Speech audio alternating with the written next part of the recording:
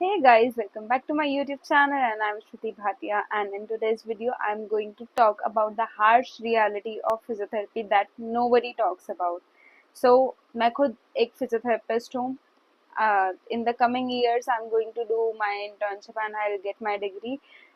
और मुझसे ज़्यादा अच्छे से या किसी फिजियोथेरेपिस्ट से या किसी फिजियोथेरेपी स्टूडेंट से ज़्यादा अच्छे से आपको किसी भी फिजियोथेरेपी से रिलेटेड रियलिटी के बारे में कोई नहीं बता सकता. सो इस वीडियो को लास्ट तक ज़रूर देखना.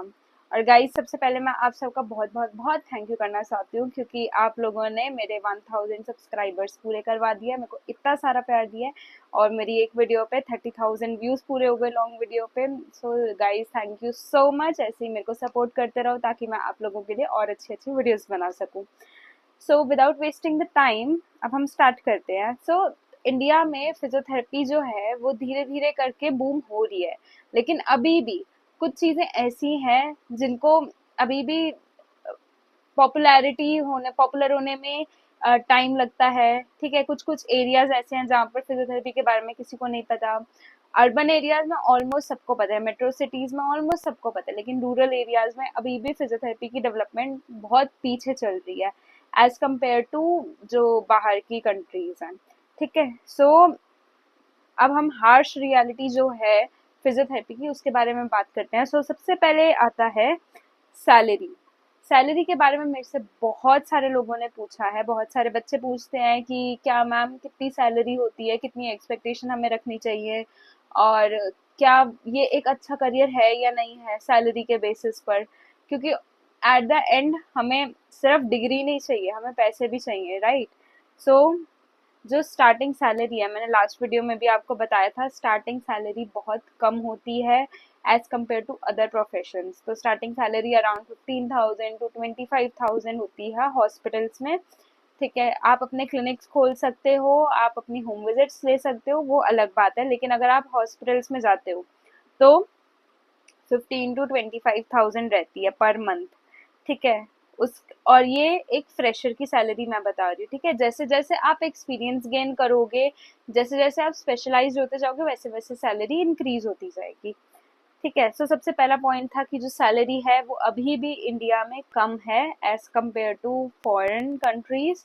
ठीक है, आप अपना खुद का प्रैक्टिस करते हो, उसको भी सेटल होने में थोड़ा टाइम लगता है, तो इनिशियल सैलरी जो होती है वो थोड़ी कम ही रहती है फिजियोथेरेपी में. ठीक है, जो सेकंड है रिकॉग्निशन और रिस्पेक्ट. अभी भी बहुत सारे लोग हैं, इंडिया की मेंटालिटी ऐसी है कि फिजियोथेरेपिस्ट, अच्छा फिजियोथेरेपिस्ट मीन्स मसाज वाला, राइट. इस चीज को फाइट करने के लिए ऑलरेडी बहुत सारे रूल्स बन चुके हैं, रिकॉग्निशन मिल चुकी है, आप अपने नाम के आगे डॉक्टर लगा सकते हो. But most of the people वो क्या करते हैं, वो लोग ये बोलते हैं, मतलब उनकी मेंटालिटी ऐसी होती है कि फिजियोथेरेपिस्ट, अच्छा मसाज वाला. ये चीज हमने कॉलेज में भी फेस करी थी एक बार स्टार्टिंग के टाइम पे, कि रैंडमली कोई भी आके ऐसे बोल गया मसाज वाला, तो बहुत बुरा लगता था क्योंकि हमने हमने कितनी ज्यादा ड्रीम्स देख के ये करियर को, इस स्ट्रीम को चूज किया, और फिर कोई भी रैंडमली आके ऐसे बोल के जाता है. लेकिन अब फाइनल ईयर तक आते आते मतलब इतना ज्यादा स्ट्रांग हो जाती है हमारी मेंटेलिटी कि चाहे कोई कुछ मर्जी बोले, हमें पता है हम क्या काम कर रहे हैं, जिन लोगों को हम ट्रीट कर रहे हैं उनको पता है कि हम क्या काम कर रहे हैं. ठीक है, so there is nothing to worry about that. लेकिन फिर भी अभी रिकॉग्निशन मिल चुकी है, लेकिन जो रिस्पेक्ट है इंडिया के अंदर वो अभी भी पीछे है थोड़ी फिजियोथेरेपिस्ट की. ठीक है, थर्ड आता है हमारा जो बर्नआउट है, वो बहुत ज्यादा है. डेली आपको पेशेंट्स देखने पड़ेंगे, आपका फिजिकल वर्कआउट जो है, मतलब आपको फिजिकली बहुत बहुत बहुत स्ट्रांग होना पड़ेगा. नहीं तो कभी नेक पेन होगी, कभी बैक पेन होगा, कभी लो बैक पेन होगा, बहुत मुश्किल है. ठीक है, डेली के पेशेंट्स आएंगे, डेली आपको हर पेशेंट को 1-1.5 घंटा देना ही देना है, आपको उनको ट्रीट करना है, आपको मोबिलाइज करना है, आपको अपना मैनुअल वर्क दिखाना है उनको. ठीक है, उसमें क्या होता है, करते करते कभी कभी ऐसे होता है कि खुद की नेक में पेन स्टार्ट हो गया, खुद के शोल्डर्स इतने ज्यादा स्टिफ हो गए कि मन कर रहा है कि कोई हमें हमें ही थेरेपी मिल जाए. ठीक है, so it is very very very exhausting sometimes, both mentally as well as physically. Daily आप अगर एज अ फ्रेशर हॉस्पिटल में जाओ, एज अ फ्रेशर ही क्यों, आप अपनी क्लिनिकल रोटेशंस पे जाओगे सुबह 8 बजे से 2 बजे तक या 4 बजे तक, जैसे भी आपके कॉलेज का रहता है रूल, ठीक है, उसमें क्या होगा, आपको ट्रीट करना है पेशेंट को।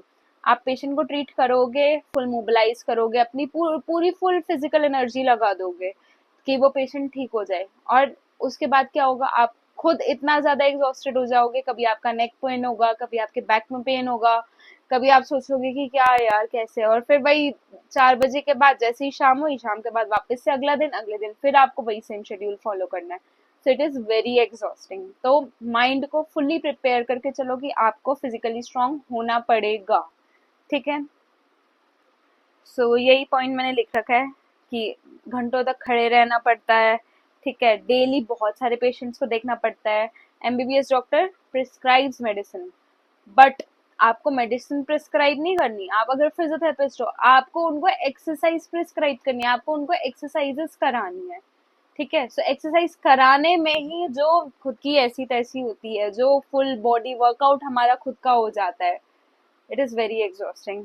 ठीक है, बहुत ज्यादा वर्कलोड हो जाता है, लो पे होता है इनिशियली। ठीक है, उसके बाद सो हर साल बहुत सारे बच्चे ग्रेजुएट होते हैं, लेकिन अभी भी अपॉर्चुनिटीज जो है फिजियोथेरेपिस्ट की विद इन इंडिया वो बहुत कम है। इसीलिए मोस्ट ऑफ द फिजियोथेरेपिस्ट क्या करते हैं, वो अब्रोड चले जाते हैं, बाहर सेटल हो जाते हैं, क्योंकि बाहर की कंट्री में फिजियोथेरेपिस्ट की रिस्पेक्ट, अपॉर्चुनिटीज, इनकम सब कुछ बहुत अच्छी है। It is really very very good, क्योंकि बाहर के लोग जो है वो अपनी हेल्थ का बहुत ध्यान रखते हैं, they are very conscious about their health. ठीक है, उसके बाद clinical ownership is not easy. Clinical ownership is not easy, इसका क्या मतलब है कि आपने क्लिनिक तो खोल लिया, ठीक है, क्लिनिक खोलने में किसी ने मना नहीं किया, आप ग्रेजुएट हुए, आपके पास रजिस्ट्रेशन नंबर आया, लाइसेंस नंबर आया, आपने अपना क्लिनिक खोल लिया। लेकिन उसके बाद उस क्लिनिक को रिकॉग्नाइज होने में, लोगों का ट्रस्ट बिल्ड करने में, कि मार्केटिंग में, एडवर्टाइजिंग में, ये इन सब चीजों में बहुत टाइम लग जाता है। मिनिमम 2 इयर्स मान के चलो कि आपके क्लिनिक को रन होने में, अच्छा खासा रिस्पेक्ट गेन करने में, ज्यादा पेशेंट्स को अट्रैक्ट करने में मिनिमम 2 साल लगेंगे ही लगेंगे। सो it is not that easy. इसीलिए जो इनिशियल पे होता है, चाहे आप क्लिनिक चला रहे हो, चाहे आप हॉस्पिटल में जॉब कर रहे हो, वो कम ही रहता है। अगर पहले से थ्रू आउट बीपीटी आपने कहीं पे किसी और क्लिनिक में काम किया, आपके पास क्लिनिकल नॉलेज है, प्रैक्टिकल नॉलेज है बहुत अच्छी, तो आपका क्लिनिक क्या होगा, बहुत जल्दी ग्रो करेगा। कैसे ग्रो करेगा कि पेशेंट आया, आपने उसको ट्रीट किया, उसको दिखा कि हाँ मैंने यहाँ से ट्रीटमेंट कराया तो मेरे को ये रिलीफ आया, इतने दिन में मेरे को आराम आया, तो उसके आसपास के जितने भी लोग हैं वो खुद अपने मुंह से बताएगा कि मैं उस क्लिनिक गया था, वहां पे मेरे को इतना जल्दी आराम आ गया, आप भी वहीं जाना आपको कोई दिक्कत हो तो ऐसे आपकी एडवर्टाइजमेंट होगी। यही सेम अगर आप without any practice, without any knowledge तो नहीं बोलेंगे, क्योंकि आप अगर आप 4 साल पढ़े हो तो आपको थोड़ी बहुत तो नॉलेज होगी।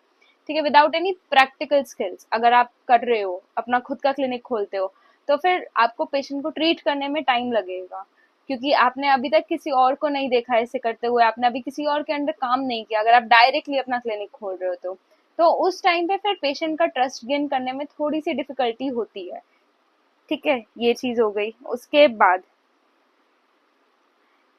उसके बाद अगर हम बात करें तो ये एक ऐसा प्रोफेशन है जो ग्रो तो कर रहा है, लेकिन अभी भी बहुत धीरे धीरे ग्रो कर रहा है। ठीक है, जो हमारा आईएपी है, जो नेशनल काउंसिल ऑफ फिजियोथेरेपी है, उन्होंने 8th पे स्केल तो निकाल दिया, लेकिन अभी भी जो गवर्नमेंट जॉब्स हैं फिजियोथेरेपिस्ट के लिए वो बहुत कम है।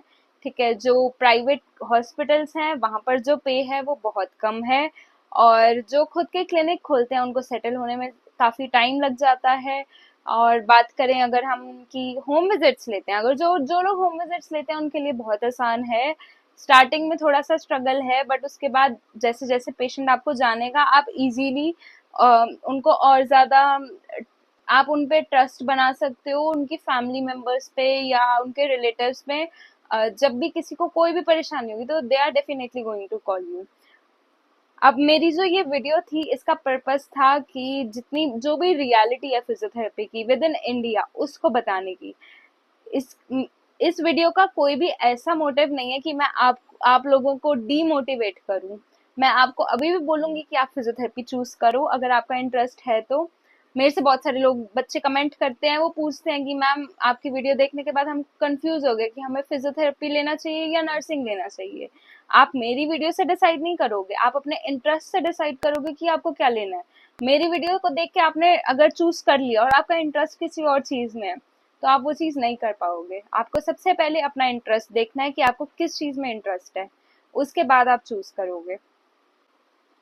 मेरी आज की इस वीडियो का सिर्फ यही मोटिव था कि मैं आप तक जितना हो सके उतना ज़्यादा जो फिजियोथेरेपी की रियलिटी चल रही है अभी इंडिया के अंदर, उसको आप तक पहुंचा सकूं। मेरा कोई मोटिव नहीं था आप लोगों को डीमोटिवेट करने का।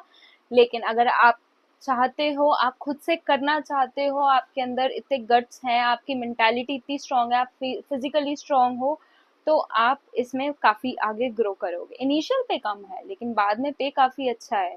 सो हर चीज के प्रोज और कॉन्स होते ही होते हैं। फिजियोथेरेपी का भी वैसा ही सेम है।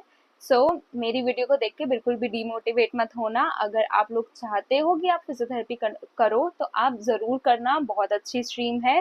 ठीक है, स्टार्टिंग में थोड़ा सा स्ट्रगल है, बट उसके बाद जब पेशेंट बोलता है कि हाँ हमें इन्होंने ठीक किया और हमें उन्हीं से ट्रीटमेंट करवाना है फिर से, तो वो जो सेटिस्फैक्शन लेवल होता है वो बिल्कुल अलग होता है। जब पेशेंट का ट्रस्ट बिल्ड होने लग जाता है, तो वो जो हमारी इंटरनल सेटिस्फैक्शन होती है वो बहुत एक्सट्रीम लेवल पर जा चुकी होती है और बहुत अच्छा फील होता है, बहुत हैप्पीनेस फील होती है।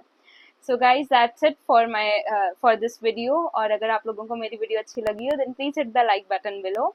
If you are new to my channel then don't forget to subscribe. और अगर आप लोगों को किसी भी टाइप के कोई भी कमेंट्स कोई भी डाउट्स हो तो प्लीज कमेंट सेक्शन में जरूर लिखना, ताकि मैं आप लोगों के डाउट सॉल्व कर सकूं। सी यू नेक्स्ट टाइम।